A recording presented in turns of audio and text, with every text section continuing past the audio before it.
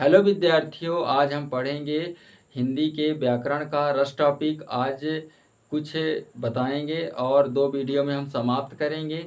तो हम जानेंगे कि रस की परिभाषा क्या है, रस क्या है। तो आइए देखते हैं। और यहाँ से बहुत सारे प्रश्न 9th 10th 11 12th यानी चारों क्लासों में हमेशा पूछा जाने वाला प्रश्न है। एक या दो प्रश्न देखने को मिलते हैं तो अति महत्वपूर्ण क्वेश्चन हो जाता है। तो आइए देखते हैं रस क्या। तो रस क्या है कि रस हमारी आत्मा में होता है। वैसे रस नहीं जैसे फलों में होता है, वो हम आनंद जो हमारे मन का आनंद है रस। जैसे मान लीजिए हम किसी को मारे तो हमारे या मारे तो उसमें हम क्रोध किए, क्रोध से मारे तो हमारे अंदर कौन सा रस, रौद्र रस हो गया। हमारे रस के प्रकार कितने हैं, 10 का 10 प्रकार हमारे अंदर समाहित हो जाते हैं और समय समय पर उत्पन्न होते रहते हैं। जैसे मान लीजिए हम शांत रहते हैं तो ये हमारा शांत रस हो गया। और जैसे मान लीजिए हम किसी भी बात पर हंस रहे हैं तो हमारा क्या हो गया, ये हास रस हो गया। जैसे मान लीजिए हम किसी से लड़ झगड़ रहे हैं तो हम यहाँ क्या हो गया, वीर रस हो गया। जैसे मान लीजिए फिल्म चल रही हो और उसमें मार पीट हो रहा हो तो हम यहाँ वीर रस का क्या करेंगे, जिक्र करेंगे। ऐसे ही हम जैसे मान लीजिए कोई भी चीज़ है, जैसे मर गया और उसमें से चील कौवे खा रहे हैं और उसमें से गंदगी आ रही है और उसी को खा रहे हैं तो हम देख लेते हैं तो क्या करते हैं, हम नज़र छिपा लेते हैं। तो ये हमारा क्या है, एक रस का प्रकार ही है जिसे विभत्स रस कहते हैं। तो और किसी को देखकर हम डर जाते हैं, भयानक रस होता है। तो आइए देखते हैं रस। रस की परिभाषा क्या होती है कि किसी काव्य को, काव्य कविता या किसी कहानी, जब किसी काव्य को पढ़ने से, सुनने से पाठक, श्रोता, दर्शक को, पढ़ने वाला, सुनने वाला, देखने वाला को जो आनंद की, मन में जो आनंद की अनुभूति होती है उसे हम क्या कहते हैं, रस कहते हैं। तो वही हम लिख देंगे कि रस क्या है कि किसी काव्य को, किसी किसी काव्य को पढ़ने सुनने तथा नाटक को देखने से पाठक, श्रोता, दर्शक, किसी काव्य एक कविता भी होगा, गद्य पद्य दोनों शामिल होते हैं। पढ़ने, सुनने और नाटक को, किसी नाटक को देखने से पाठक, पढ़ने वाले को, सुनने वाले को और देखने वाले को, दर्शक को जो आनंद की अनुभूति होती है, महसूस होता है, उसे रस कहते हैं। ये परीक्षा की दृष्टि से अति महत्वपूर्ण है, इसको नोट कर लीजिए और पढ़िए और ध्यान से। ऐसे ही ये परिभाषा लिख देना है पेपर में। परिभाषा सभी विद्यार्थियों के लिए महत्वपूर्ण है। अब हम देखेंगे कि रस के अंग कितने होते हैं। रस के अंग कितने होते हैं, 4 होते हैं। रस के अंग कितने होते हैं, 4। तो पहला नंबर आता है स्थाई भाव, फिर आता है विभाव, फिर आता अनुभाव, फिर संचारी भाव।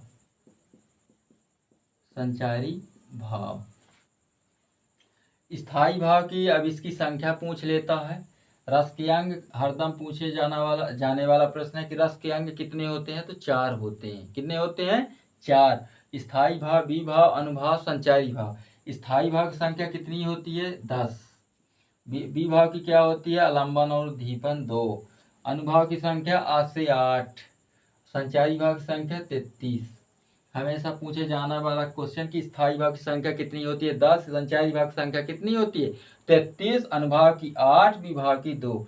ये पूछ लिया करता है। स्थाई भाव और संचारी भाव में अंतर भी, ठीक है। तो स्थिर मनोविकार को स्थाई भाव कहते हैं, अस्थिर मनोविकार को क्या कहते हैं, संचारी भाव कहते हैं।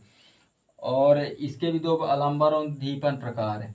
और इसके हम प्रकार को देखते हैं। रस के अंग होगा, रस के प्रकार। और ऐसे भी प्रश्न पूछा, रस के अंग लिखिए। और ये भी पूछ, रस के निष्पत्ति के कारक कौन कौन से, तो यही चारों हैं, स्थायी भाव, विभाव, अनुभाव और संचारी भाव। तो घबराइएगा नहीं, यही है, यही पूछ लेता है कि निष्पत्ति के कारक तो यही है। रस के हम क्या देखेंगे, रस के प्रकार। रस के प्रकार कितने हम देखें, 10 स्थायी भाव है, जितने रस उतने स्थायी भाव। तो रस के प्रकार कितने हैं, 10। जैसे मान लीजिए पहला क्या है, रस के प्रकार 10 होते हैं। तो श्रृंगार रस पहला होता है, श्रृंगार रस। और श्रृंगार रस का स्थायी भाव, यहाँ रस लिख लेते हैं और यहाँ स्थायी भाव लिख लेते हैं, स्थायी भाव। ठीक है, तो ऊपर सब लिख लेते हैं, इसको नोट कर लीजिएगा।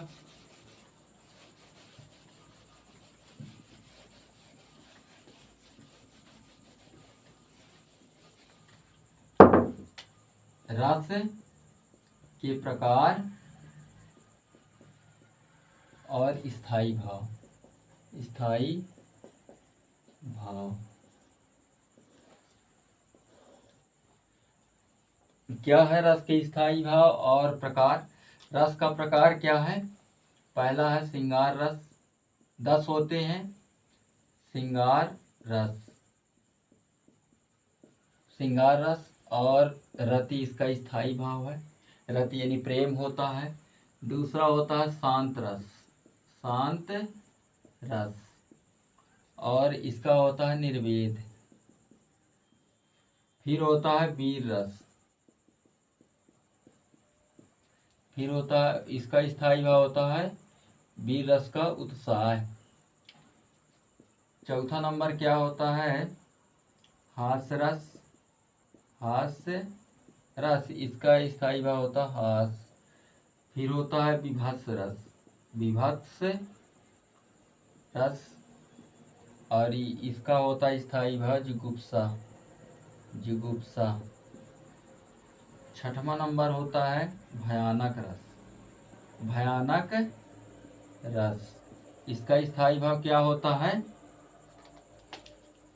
भय। क्या होता है, भय। 7वां नंबर है अद्भुत रस, इसका स्थायी भाव क्या होता है, विस्मय। और 8वां नंबर है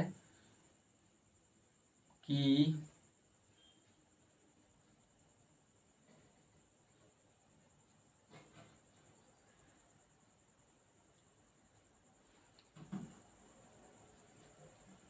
करुण रस, इसका होता है करुण रस का शोक। अगला 9वां होता है आपका, 9वां होता है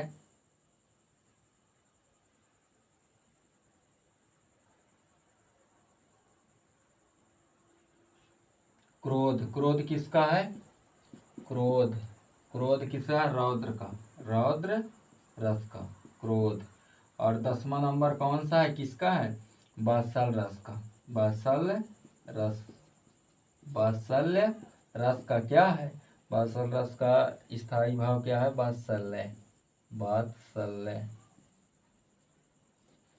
वात्सल्य। तो हमारे ये हैं, तो इनको याद कर लेना है कि सीधे क्वेश्चन पूछता है वीर रस का स्थायी भाव क्या है, उत्साह है। और अद्भुत रस का स्थायी विस्मय है। करुण रस का स्थायी भाव क्या है, शोक है। और यदि इसको याद कर लेंगे तो हमारे जो परिभाषा है तो वो भी इजीली बन जाएंगी। तो हम देख लेते हैं, इसको लिख लीजिए और इसको याद भी करना है, तभी इनकी परिभाषाएं बनेंगी। जब ये स्थायी भाव याद रहेंगे तब इनकी परिभाषा बनेगी। और इनके उदाहरण भी हैं, तो आइए देखते हैं श्रृंगार रस का उदाहरण और परिभाषा। तो एक रस की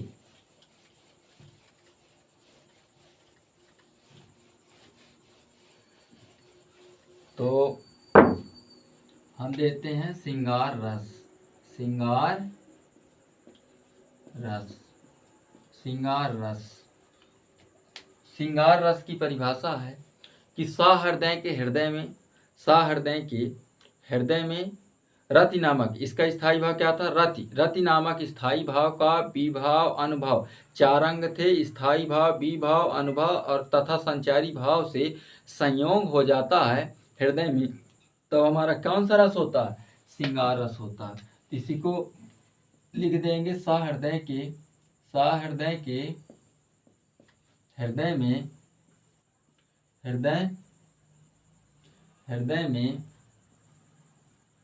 रति नामक, इसका स्थायी भाव क्या है? श्रृंगार रस का रति नामक स्थायी भाव स्थायी भाव का एक स्थायी भाव कहाँ बढ़ गया? तो हम क्या कह दिए? तो हम इसमें अब एक लिख दिए स्थायी भाव, तो तीन अंग बचे अभी। स्थायी भाव का विभाव, स्थायी भाव के बाद कौन सा अंग आता? विभाव। तो विभाव, फिर अनुभाव, फिर तथा संचारी भाव से संयोग हो जाता है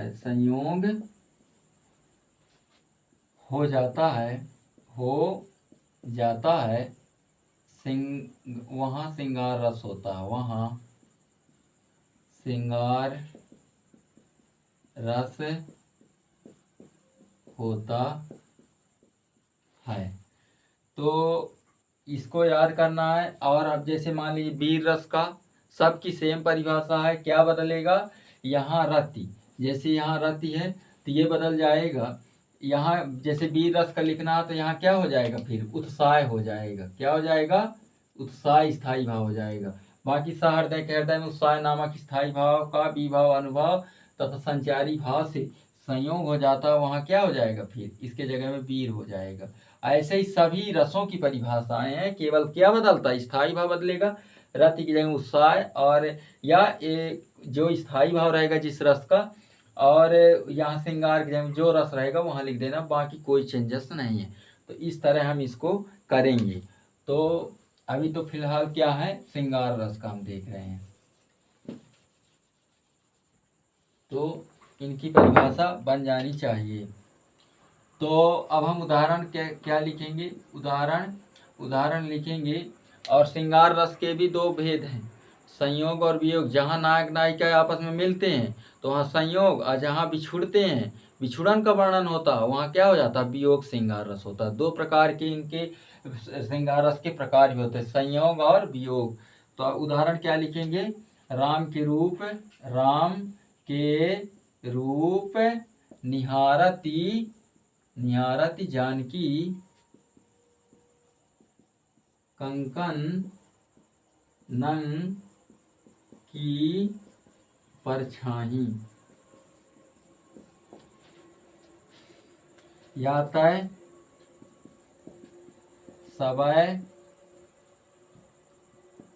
सुधि भूल गई, कर टेक रही पल टारत नहीं। तो ये हमारा क्या है? उदाहरण है।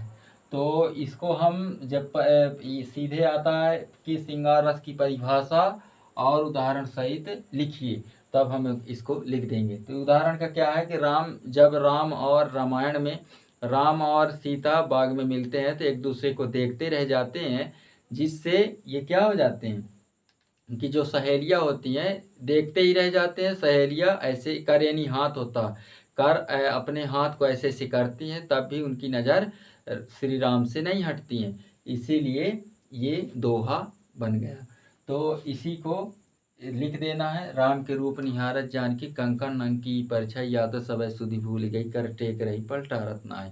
तो याद रहेगा। मिलते हैं अगली वीडियो में। Thank you class.